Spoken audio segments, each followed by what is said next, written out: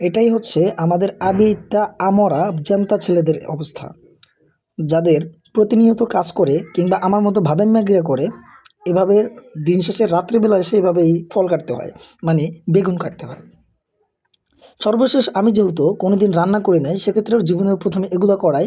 তো আমি যাই করব, যদি বেগুনটা আমি ভাজি করি, সেক্ষেত্রে কিন্তু ওই ভাজিটা হবে সম্পূর্ণরূপে একটা রেসিপি, নতুন রেসিপি। কারণ আমি তো কোনোদিন করিই না, আমি পারি না। তো একজন আপারা মানুষ, যদি ধরেন একজন মানুষ গাছ বাইতে পারে না, তাকে যদি গাছে উঠিয়ে দেওয়া হয়, সে একটু পর গাছ থেকে পড়ে যাবে। তার মানে হচ্ছে সে যে স্টাইলে পড়বে, নতুন স্টাইলে হচ্ছে তাকে আবিষ্কার করা হবে যে এই স্টাইলে পড়ছে। সো আমি নতুন অবস্থায়, যেহেতু আমি রান্না করতে যাচ্ছি, আমি নতুন অবস্থায় নতুন একটা রেসিপি আবিষ্কার করব। আপনারা হচ্ছে আমার রেসিপি দেখার জন্য একটুখানি অপেক্ষা করেন, লাস্ট মুহূর্তে দেখেন। এবং রেসিপি যতই ভালো হোক কিংবা খারাপ হোক, আমি খেয়ে আপনাদেরকে দেখাবো যে কেমন হয়েছে।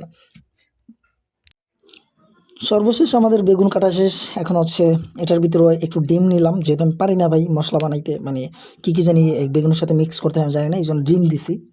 অন্তত একটু কাজ তো করবে।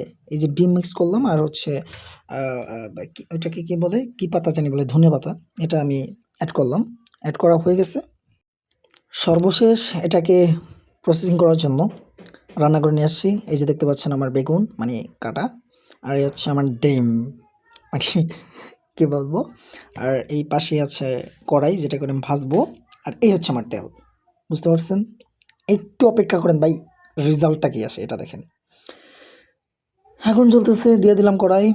এখন হচ্ছে তেল ঢালার পালা। তেলের মুখে খুলতেছি, একটু অপেক্ষা করেন ভাই, একটু অপেক্ষা করেন। এই তো তেল ঢালা শুরু হয়ে গেছে। একটু তেলটা বেশি দিই, যেহেতু আমি পারি না ভাই, নয়তো পুইরা মুইরা হালামো। তো তেল দিছি, আমার মনে হয় যে এটা বেঁকা দিছি নাকি করছি, যাই হোক ব্যাপার না। এই অবস্থায় কাজ শুরু করে দিই। এই যে দিয়ে দিতেছি প্রথমটা, বিসমিল্লাহ করে এখনই দিব, এক্ষুনি দেবো। একটুখানি ওয়েট করেন ভাই, খালি রিয়াকশনটা দেন তেলের ভিতরে দেওয়ার পরে কি হয় অবস্থা। এই যে প্রথম, ইয়া ইয়া ইয়া। যাই হোক, আমাদের অলরেডি দেওয়া হয়ে গেছে চুলায়, চারটা দিছি। এভাবে ধাপে ধাপে করে আমরা সবগুলো ভেজে নেব। তো একটু অপেক্ষা করেন। এখন হচ্ছে আমরা ইয়েটা উল্টাবো, যে কি অবস্থা দেখি। আই হায় রে কপাল, কইলাম না ভাই নতুন কিছু আবিষ্কার করবো। অলরেডি নতুন আবিষ্কার করে ফেলছে, দেখেন পুড়ে গেছে গা। হ্যাঁ দেখছেন, দেখছেন, আমি জানতাম ভাই, ওই যে এক কইলাম না যে গাছে উঠলো, কিরে ভাই এটা পড়লো নাকি। আচ্ছা, এই সাইডে মেবি আগুন তাপ বেশি। যাক, ইতিমধ্যে আমাদের সবগুলো ভাজা হয়ে গেছে। লাস্ট একটুখানি ডিম ছিল, এই ডিমটা দিয়ে দিয়েছি, কিন্তু কালো হয়ে গেছে। কালো হওয়ার কারণটা কি আমি জানি না, হয়তো অতিরিক্ত মরিচের কারণে কিংবা হচ্ছে তেলটা অতিরিক্ত ভাজার কারণে এমন সমস্যাটা হয়েছে। যাই হোক, আমরা ভাজি অবশ্যই খেয়ে আপনাদেরকে দেখাবো, প্যারা নেই। উল্টোই তো দেখছেন, নতুন কিছু আমরা আবিষ্কার করতেছি। যাই হোক, ইতিমধ্যে আমরা বাসায় চলে এসেছি, মানে আমাদের রুমে। একটু খায়া দিই। এই হচ্ছে মূল রেসিপি, বানানো শেষ, এখন খায়া দেখাই। অবশ্যই বলতেছি কেমন লাগে।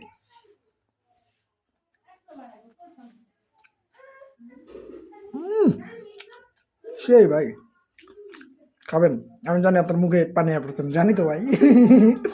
পানি এলে কেন কমেন্টে বলেন, পাঠা দিন না। সেই সেই স্বাদ ভাই, মুখে পানি চিনি।